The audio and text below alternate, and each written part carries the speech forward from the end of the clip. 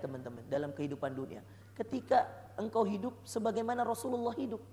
Engkau hidup sebagaimana teladanmu mencontohkan. Engkau hidup sebagaimana Rasulullah, Khadijah, Fatimah putri beliau hidup. Kalau mereka orang-orang yang salafus soleh. Ya, Khadijah dengan kekayaannya, tapi tetap bisa dirindukan surga. Bahkan Allah titip salam melalui Jibril ke Rasulullah. Ya Rasulullah, kata Jibril, sampaikan salam pada Khadijah. Langsung dari Rabbul Alamin. Allah yang titip salam. Manusia dititipi salam, perempuan satu-satunya di bumi ini yang dititipi salam langsung dari Allah. Antum bayangkan kalau antum dapat salam kira-kira dari orang yang antum cintai, seneng gak? Seneng. Dari orang yang antum sayangi, seneng gak? Seneng. Kalau yang nitip salam Allah gimana? Dan itu untuk wanita paling solehah, namanya Khadijah bintu Khuwailid. Maka memang untuk kajian seperti ini teman-teman butuh effort. Kita tidak datang untuk bersenang-senang saja, kita mau belajar. Iya. Antum dengar judulnya aja, 11 amalan terbaik. Masa antum tidak tergerak untuk datang? Padahal ada 11 amalan terbaik yang dilakukan Rasulullah SAW selama mengisi 1 bulan penuh ini. Yang mana Nabi SAW mengatakan, ya bagiyal khairi akbil. Wahai para pencari kebaikan, cari banyak-banyak.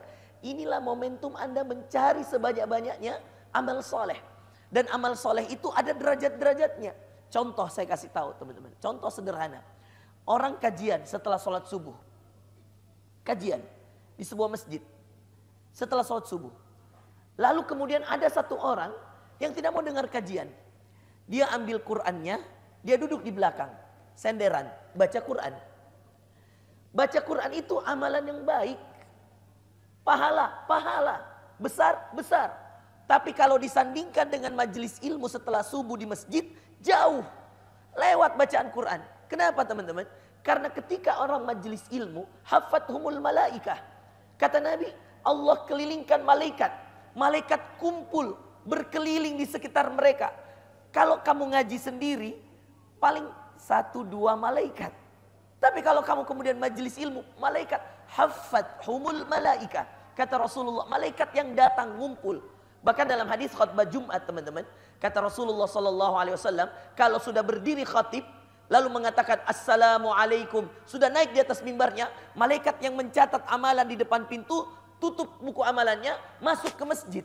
Setelah dia masuk ke masjid, apa yang dilakukan malaikat? Mendengar khatib. Kata Rasulullah, yasma'ul khutbah. Mereka mendengarkan khutbah yang disampaikan oleh khatib. Sepenting itu majelis ilmu. Jadi baca Quran salah enggak? Oh enggak, ini amalan mulia. Tapi kalau dia bersanding dengan majelis ilmu ketika kita lagi di masjid, maka mending tutup dulu Qurannya, dengarkan dulu majelisnya. Setelah selesai ngajilah. Karena majelis ilmu butuh seorang guru, seorang ustadz yang tidak tiap saat kita bisa bersamai. Tapi kemudian mengaji anytime, kapan saja kita mau, kita bisa. Oke.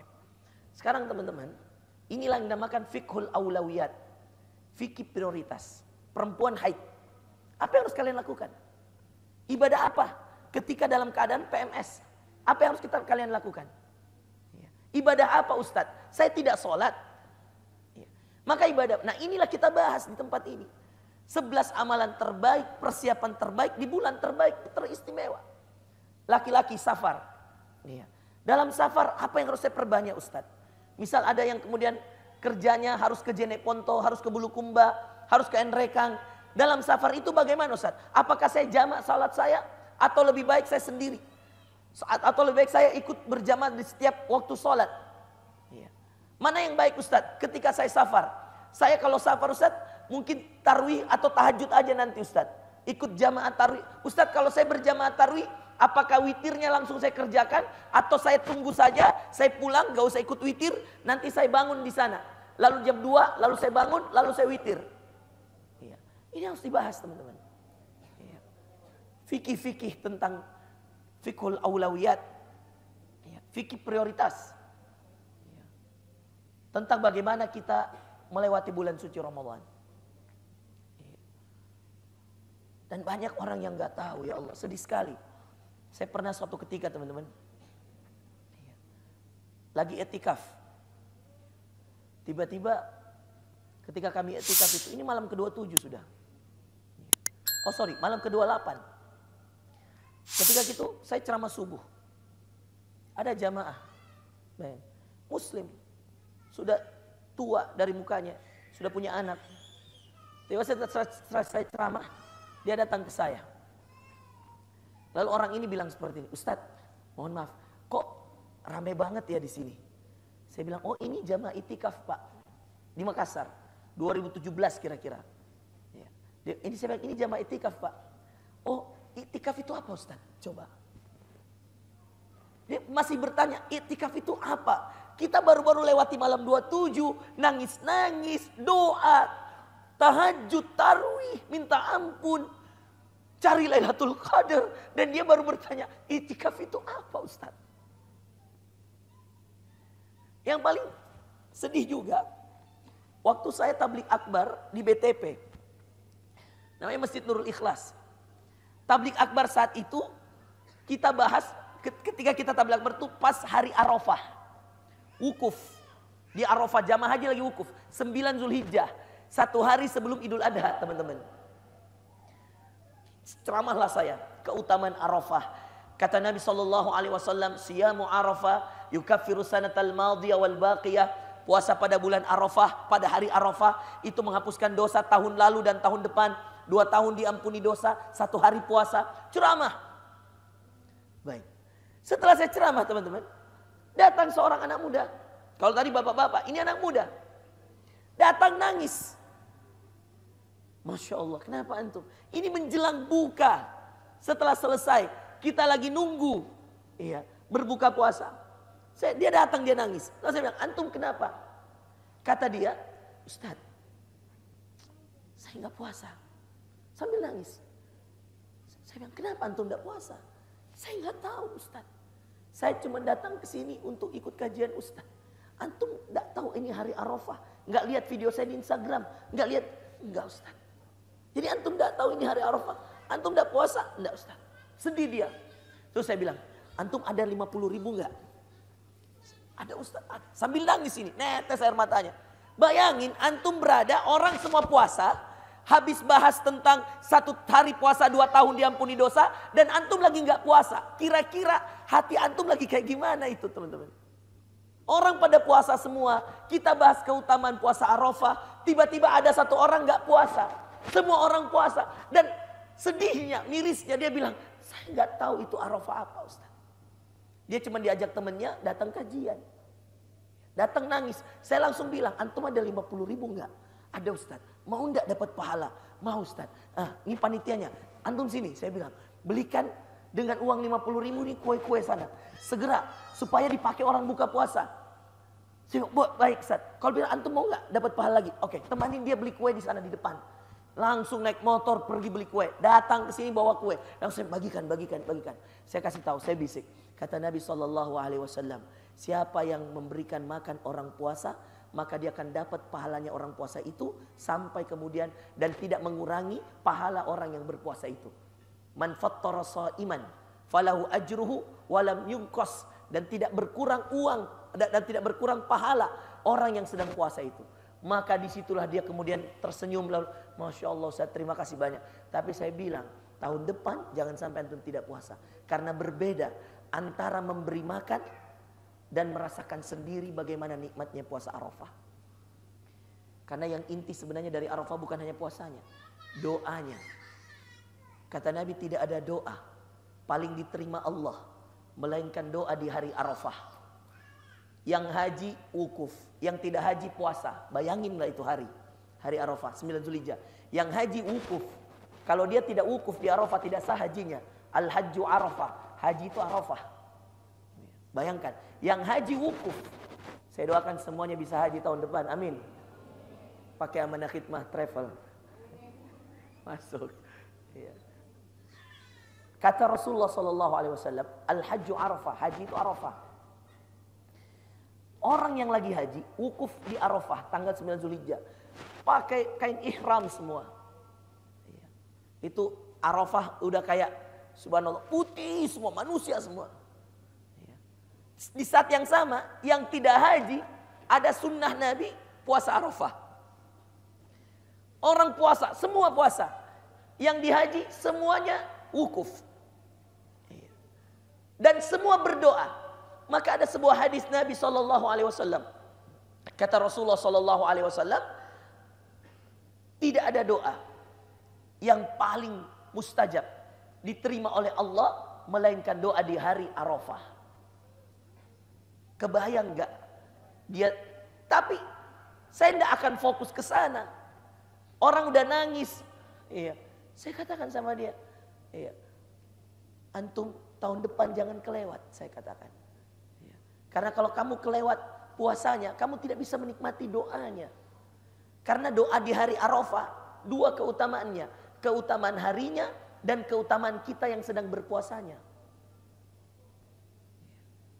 Jadi memberi makan saja tidak cukup. Karena tidak sama, tidak selevel, tidak seimbang.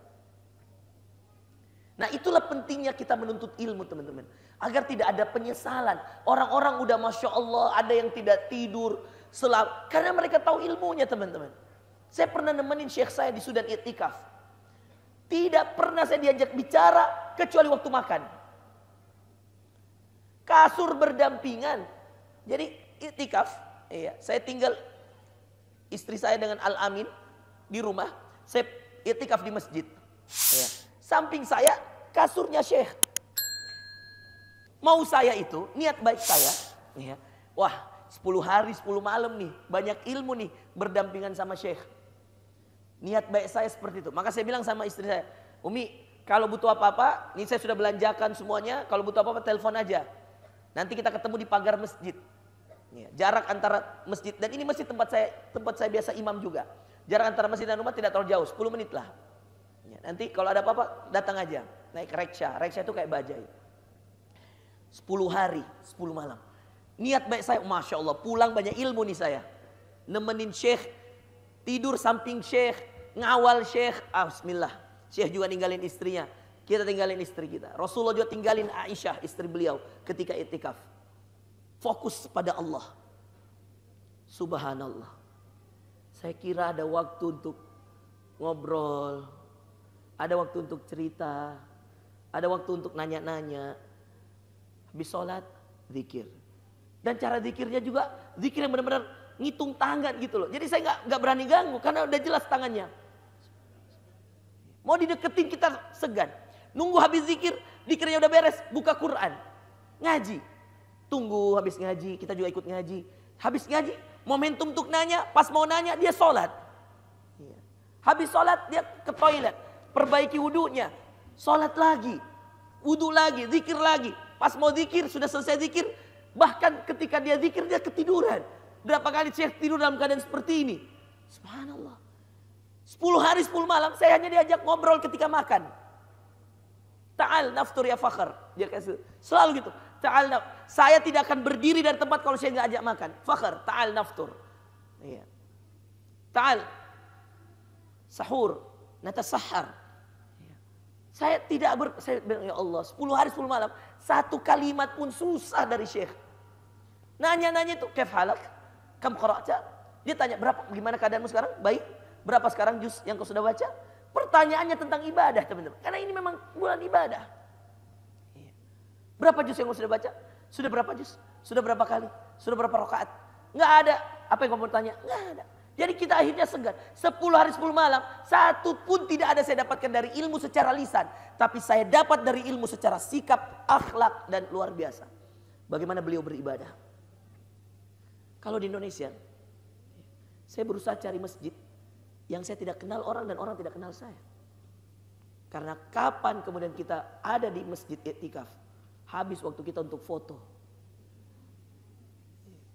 Habis waktu kita untuk video. Belum konten, saat video-video semua mau minta video, semua mau minta foto. Tidakkah mereka menyadari bahwa kami juga Ustadz butuh waktu untuk ibadah? Ada istilah anak muda, me time. Betul gak itu? Kira-kira Ustadz butuh me time gak kira-kira menurut kalian? Betul gak? Betul ya? Ada waktu me time gitu. Ini biarkan saya mau sendiri dulu gitu. Ada waktu kita dengan Allah. Me time-nya biar jadi nikmat teman-teman.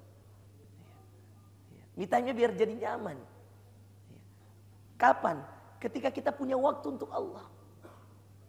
Allah yang ngasih harta, Allah yang nitip rezeki, Allah yang ngasih anak, Allah yang mempertemukan dengan jodoh terbaik, Allah yang masih mensehatkan orang tua, Allah yang memberikan Anda kemudahan untuk bisa sahur, puasa dengan nyaman, tenang, tidak ada bom, tidak ada apa-apa. Sebagaimana saudara kita yang ada di Palestina. Allah yang titip banyak nikmat kepada kalian. Kalian kenapa nggak punya waktu untuk Allah? Biarkan me time kalian tuh berdoa dengan Allah. Tahu nggak kalian kenapa Rasulullah ke Gua Hira? Itu me time-nya Nabi. Nabi itu ke Gua Hira. Di 39 tahun menjelang 40. Hari-harinya naik gunung. Naik bukit namanya Jabal Nur. Nama gunungnya Gunung An-Nur. Nama guanya Ghor Hira. Gua Hira. Gua Hira itu tempat Nabi. Jadi kalau naik Jabal Nur di ujung, bukan di situ guanya. Dia harus terus 18 meter ke bawah. Tinggi gunung itu tinggi banget teman-teman. Dari puncak ke tempat Gua Hira itu masih ada 18 meter. Turun, cari gua yang pemandangannya Ka'bah. Jadi bayangkan zaman Nabi itu sudah ada istilah view. Pernah gak kalian masuk hotel terus ada pantai, ada kota. City view dan sea view gitu kan. Pasti lebih mahal mana? Sea view dong. Lihat laut dong. Nabi turun teman-teman. Jadi dia dari atas turun ke bawah. Ogi, tuh.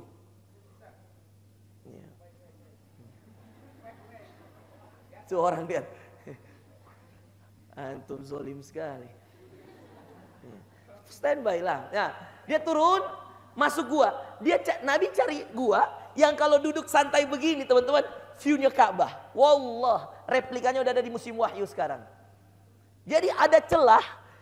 Dulu kan gak ada banyak bangunan. Jadi view-nya langsung Ka'bah. Jadi kalau saat ini Anda naik ke atas, Ka'bahnya udah tertutup pasti. Karena udah banyak gedung-gedung tinggi.